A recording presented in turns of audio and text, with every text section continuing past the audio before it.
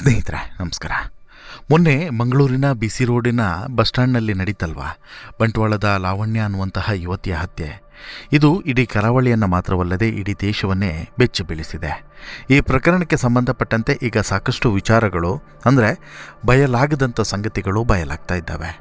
ಒಂದು ಕಡೆ ನಿಮ್ಗೆ ಈಗಾಗಲೇ ಗೊತ್ತಿರೋ ಹಾಗೆ ಈ ಚೇತನ್ ಅನ್ನುವಂತಹ ರಾಕ್ಷಸ ಯುವಕ ಏನಿದ್ದಾನೆ ಪ್ರೀತಿಸುವಂತೆ ಪೀಡಿಸ್ತಾ ಇದ್ದ. ಕೇವಲ ಪೀಡಿಸ್ತಾ ಇದ್ದಿದ್ದು ಮಾತ್ರವಲ್ಲ, ಇನ್ನಿಲ್ಲದ ಟಾರ್ಚರನ್ನು ಕೂಡ ಕೊಡ್ತಾ ಇದ್ದ. ಇದು ಒಂದು ರೀತಿಯಲ್ಲಿ ವಿಪರೀತ ಆಗ್ತಾ ಹೋಯಿತು. ಆತನ ಮನಸ್ಥಿತಿಯು ಕೂಡ ಕೆಟ್ಟದಾಗ್ತಾ ಹೋಯಿತು. ಈಕೆಯನ್ನು ಸಾಯಿಸಲೇಬೇಕು ಅನ್ನುವಂಥ ತೀರ್ಮಾನಕ್ಕೆ ಬಂದಿದ್ದಂತಹ ಈ ಚೇತನ್ ಅನ್ನುವಂಥ ದುರುಳ ಕೊನೆಗೆ ಬೆಂಗಳೂರಿನಿಂದ ಊರಿಗೆ ಬಂದು ಈ ಕೃತ್ಯವನ್ನು ಎಸಗಿದ್ದ ಅನ್ನುವಂಥದ್ದು ಒಂದು ಭಾಗವಾದರೆ, ಈ ಪ್ರಕರಣದಲ್ಲಿ ಈ ಚೇತನ್ ಅವರ ತಂದೆ ತಾಯಿಗಳು ಪಾಪ ಈಗ ಅತ್ಯಂತ ನೋವಿನಿಂದ ಕೈ ತೊಳೆಯುವಂಥ ಪರಿಸ್ಥಿತಿ ಬಂದಿದೆ.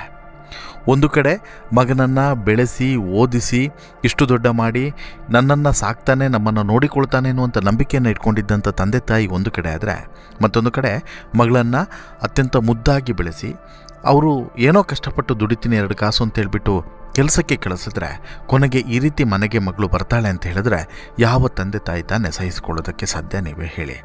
ಈಗ ಸಾಕಷ್ಟು ರೋಚಕ ಸಂಗತಿಗಳು ಮತ್ತು ಭಯಾನಕ ವಿಚಾರಗಳು ಹೊರಗಡೆ ಬರ್ತಾ ಇದ್ದಾವೆ. ಒಂದೊಂದಾಗಿ ನಾನು ನಿಮಗೆ ಇಡ್ತಾ ಹೋಗ್ತೀನಿ ನಿಮ್ಮ ಮುಂದೆ. ಅದಕ್ಕಿಂತ ಮುಂಚೆ ನೀವಿನ್ನೂ ಕೂಡ ನಮ್ಮ ಚಾನಲನ್ನು ಸಬ್ಸ್ಕ್ರೈಬ್ ಮಾಡಿಲ್ಲ ಅಂದರೆ ದಯವಿಟ್ಟು ಕೂಡಲೇ ಸಬ್ಸ್ಕ್ರೈಬ್ ಮಾಡಿ ಸ್ನೇಹಿತರೆ. ನಾನು ಹೇಳಿದಂತೆ ಒಂದು ಈ ಕ್ರೈಮ್ ಸಿನಿಮಾಗಳೇನು ನಾವು ನೋಡ್ತೀವಿ, ಮಲಯಾಳಂನ ಕ್ರೈಮ್ ಸಿನಿಮಾಗಳನ್ನು ನೋಡ್ತೀವಲ್ಲ, ಅದಕ್ಕಿಂತನೂ ಕೂಡ ಭಾರಿ ಇಂಟ್ರೆಸ್ಟಿಂಗ್ ಆಗಿದೆ ಈ ಚೇತನ್ ಮತ್ತು ಲಾವಣ್ಯ ಸ್ಟೋರಿ.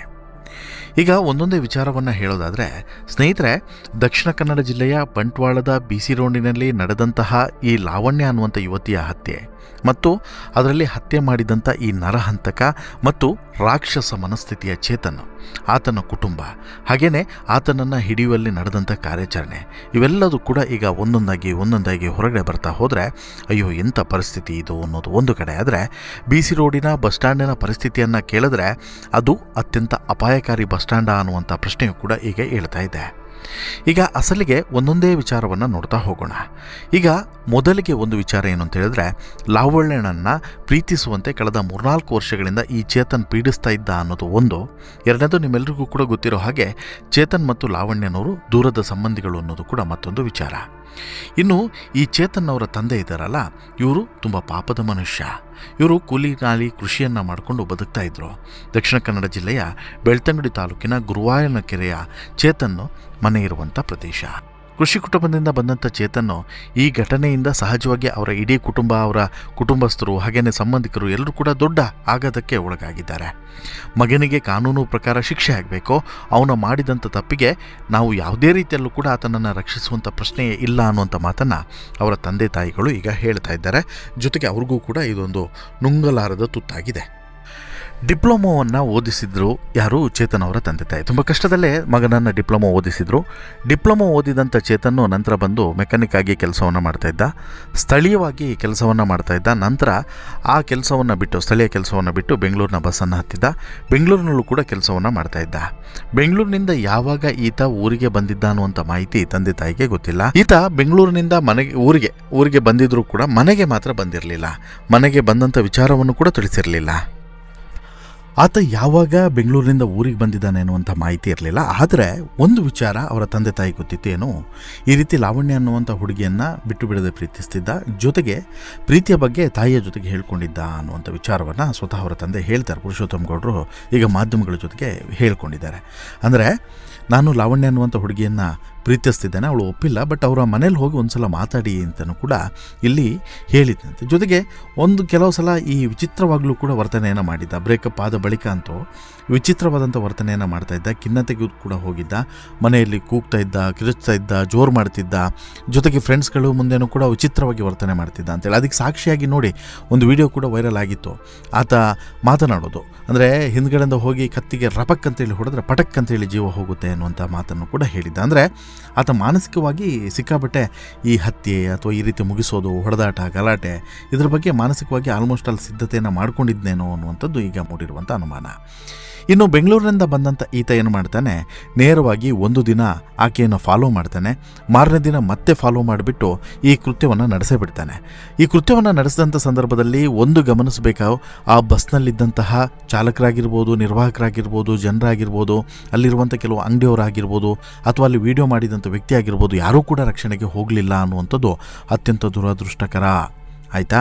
ಇದಾದ ಮೇಲೆ ನಂತರ ಈ ಎಲ್ಲದೂ ಕೂಡ ಕೃತ್ಯಗಳು ಮುಗೀತದೆ, ಆಕೆ ಜೀವನೂ ಕೂಡ ಹಾರಿ ಹೋಗ್ತದೆ, ಎಲ್ಲದೂ ಕೂಡ ಆಯಿತು. ಅದಾದ ಬಳಿಕ ಆತ ಅಲ್ಲಿಂದ ಎಸ್ಕೇಪ್ ಆಗ್ತಾನೆ. ಒಂದು ಕಾರ್ನಲ್ಲಿ ಆತ ಎಸ್ಕೇಪ್ ಆಗ್ತಾನೆ. ಎಸ್ಕೇಪ್ ಆದಂತಹ ಸಂದರ್ಭದಲ್ಲಿ ಆತ ಒಂದು 20-25 ಕಿಲೋಮೀಟರ್ ದೂರದ ಪ್ರದೇಶದಲ್ಲಿ ಹೋಗಿ ಕೂರ್ತಾನೆ. ಆ ಕೂತಂಥ ದೃಶ್ಯ ವೈರಲ್ ಆಗಿತ್ತು ನೋಡಿ. ಕಾರ್ನ ಪಕ್ಕ ಆತ ತಲೆ ಬಗ್ಗಿಸ್ಕೊಂಡು ಕೂತಿದ್ದಂತಹ ದೃಶ್ಯ ವೈರಲ್ ಆಗಿತ್ತು. ಆ ದೃಶ್ಯಕ್ಕೆ ಸಂಬಂಧಪಟ್ಟಂತೆ ಒಂದಷ್ಟು ಬೆಳವಣಿಗೆಗಳು ಕೂಡ ಈಗ ಗೊತ್ತಾಗ್ತಿದೆ. ಅಲ್ಲಿ ಒಬ್ಬ ಯುವಕ ಈತನನ್ನು ಗಮನಿಸ್ತಾನೆ, ಕಾರ್ನಲ್ಲಿ ಕೂತಿರ್ತಾನೆ. ಆತ ಗಮನಿಸ್ತಾನೆ, ಹತ್ತಿರ ಹೋಗ್ಬಿಟ್ಟು ಕೇಳ್ತಾನೆ, ನೋಡಿ ನೀವು ಎಲ್ಲೋ ನೋಡ್ದಂಗಿದೆ ನಿಮ್ಮನ್ನು, ಆ ಲಾವಣ್ಯ ಅನ್ನುವಂಥ ಹುಡುಗಿಗೆ ಅಟ್ಯಾಕ್ ಮಾಡಿದಂಥವ್ರು ನೀವೇ ಅಲ್ವಾ ಅಂತೇಳಿ ಕೇಳ್ತಾನೆ ತುಳುವಲ್ಲಿ. ಕೇಳಿದ ತಕ್ಷಣ ಆತ ಆರಂಭದಲ್ಲಿ ಗಾಬರಿ ಆಗ್ತಾನೆ. ಇವನಿಗೆ ಗೊತ್ತಾಗುತ್ತೆ 100% ಅವನೇ ಅಂತೇಳಿ. ಹೇಳಿದ ತಕ್ಷಣ ಇವನು ಅಲ್ಲಿ ಏನೋ ಬೇಕು ಅಂತ ಹೇಳ್ಬಿಟ್ಟು, ಅಂದರೆ ತುಂಬ ಹಸಿವಾಗ್ತಿದೆ, ನನಗೆ ರೆಸ್ಟ್ ರೂಮ್ಗೂ ಕೂಡ ಹೋಗಬೇಕು ಅಂತೇಳಿ ಎರಡೂ ಕೂಡ ಹೇಳ್ತಾನೆ. At the same time rest room ಎಲ್ಲಿದೆ ಅಂತೇಳಿ ಹುಡುಕ್ತಾನೆ. ಕಾರ್ ಇಳಿದು ಕೆಳಗಡೆ ಹೋಗ್ತಾನೆ, ಬಂದು ಮತ್ತೆ ಕೂರ್ತಾನೆ. ಆ ಸಂದರ್ಭದಲ್ಲಿ ಈ ಕಾರಿನಲ್ಲೇ ಕೂತಂಥ ಸಂದರ್ಭದಲ್ಲಿ ಇವನು ನನ್ನನ್ನು ಬಿಡಿ, ನಾನು ಹೋಗ್ತೀನಿ ಅಂತೇಳ್ಬಿಟ್ಟು ಹೇಳ್ತಾನೆ. ತಕ್ಷಣಕ್ಕೆ ಆ ಹುಡುಗ, ಅಲ್ಲಿದ್ದಂಥ ಯುವಕ ಅಲರ್ಟ್ ಆಗ್ತಾನೆ, ಕಾರಿನ ಕೀಯನ್ನು ಕಿತ್ಕೊಳ್ತಾನೆ. ಇವನಿಗೆ ಜೋರು ಕೂಡ ಮಾಡ್ತಾನೆ. ಬಟ್ ಆ ಸಂದರ್ಭದಲ್ಲಿ ಮತ್ತೊಂದು ವಿಚಾರವನ್ನು ಕೂಡ ಆ ಸ್ಥಳೀಯ ಯುವಕ ಹೇಳ್ತಾನೆ, ಅಲ್ಲಿದ್ದಂಥವ್ರನ್ನ ಕರೀತಾರಂತೆ. ಕರೆದಾಗ ಯಾರೂ ಕೂಡ ಬರೋದಿಲ್ಲ. ಅಲ್ಲಿ ಸುಮಾರು 10-15 ಜನ ಇರ್ತಾರಂತೆ ನೋಡ್ತಾ ಇದೆಲ್ಲವನ್ನು ಕೂಡ. ಬಟ್ ಯಾರೂ ಕೂಡ ಕರೆದ್ರೂ ಬರಲಿಲ್ಲ. ಬನ್ನಿ ಇವನು ಓಡೋಗ್ತಾನೆ ಅಂತೇಳಿ ಹೇಳಿದ್ರು ಕೂಡ ಯಾರೂ ಕೂಡ ಬರಲಿಲ್ಲ. ಅದರ ಒಳಗಡೆ ಪೊಲೀಸರಿಗೆ ಫೋನ್ ಮಾಡ್ತಾರೆ, ಪೊಲೀಸರು ಬರ್ತಾರೆ, ಇವನನ್ನು ಎತ್ತಾಕೊಂಡು ಹೋಗ್ತಾರೆ. ಆ ಸಂದರ್ಭದಲ್ಲಾಗಲೇ ಇವನು ಇಲಿ ಪಾಷಾಣವನ್ನು ಸೇವಿಸಿದ್ದೇನೆ ಎನ್ನುವಂಥ ಮಾತನ್ನು ಹೇಳ್ತಾನೆ. ಆದರೂ ಕೂಡ ಆ ಯುವಕ ಬಿಡೋದಿಲ್ಲ. ಇವನು ಏನೇ ಸೇವಿಸಿದ್ರು ಕೂಡ ನೀನು ಇಲ್ಲೇ ಇರು ಅಂತ ಹೇಳ್ಬಿಟ್ಟು ನಿಲ್ಲಿಸ್ಕೊಳ್ತಾರೆ. ಅಲ್ಲ, ಆ ಯುವಕನ ಧೈರ್ಯವನ್ನು ಮೆಚ್ಚಬೇಕು. ಇದೇ ಹುಡುಗ ಅಟ್ಲೀಸ್ಟ್ ಆ ಬಸ್ ಸ್ಟ್ಯಾಂಡಲ್ಲಿ ಇದ್ದಿದ್ರೆ ಬಹುಶಃ ಲಾವಣ್ಯ ಅನ್ನುವಂತಹ ಮುಗ್ಧ ಯುವತಿ ಬದುಕ್ತಿದ್ಲೇನೋ. ಆಕೆಯನ್ನು ಅಟ್ಟಾಡಿಸಿ ಓಡಿಸ್ಕೊಂಡು ಇಡೀ ಬಸ್ ಸ್ಟ್ಯಾಂಡನ್ನು ಸುತ್ತಿಸಿ ನಂತರ ಆಕೆಯ ಮೇಲೆ ಹಲ್ಲೆಯನ್ನು ಮಾಡಿದಂಥ ಈ ಪರಮ ಪಾಪಿ ಚೇತನ್ ಇದ್ದಾನಲ್ಲ, ನಂತರ ಪೊಲೀಸರ ಬಲೆಗೆ ಬೀಳ್ತಾನೆ.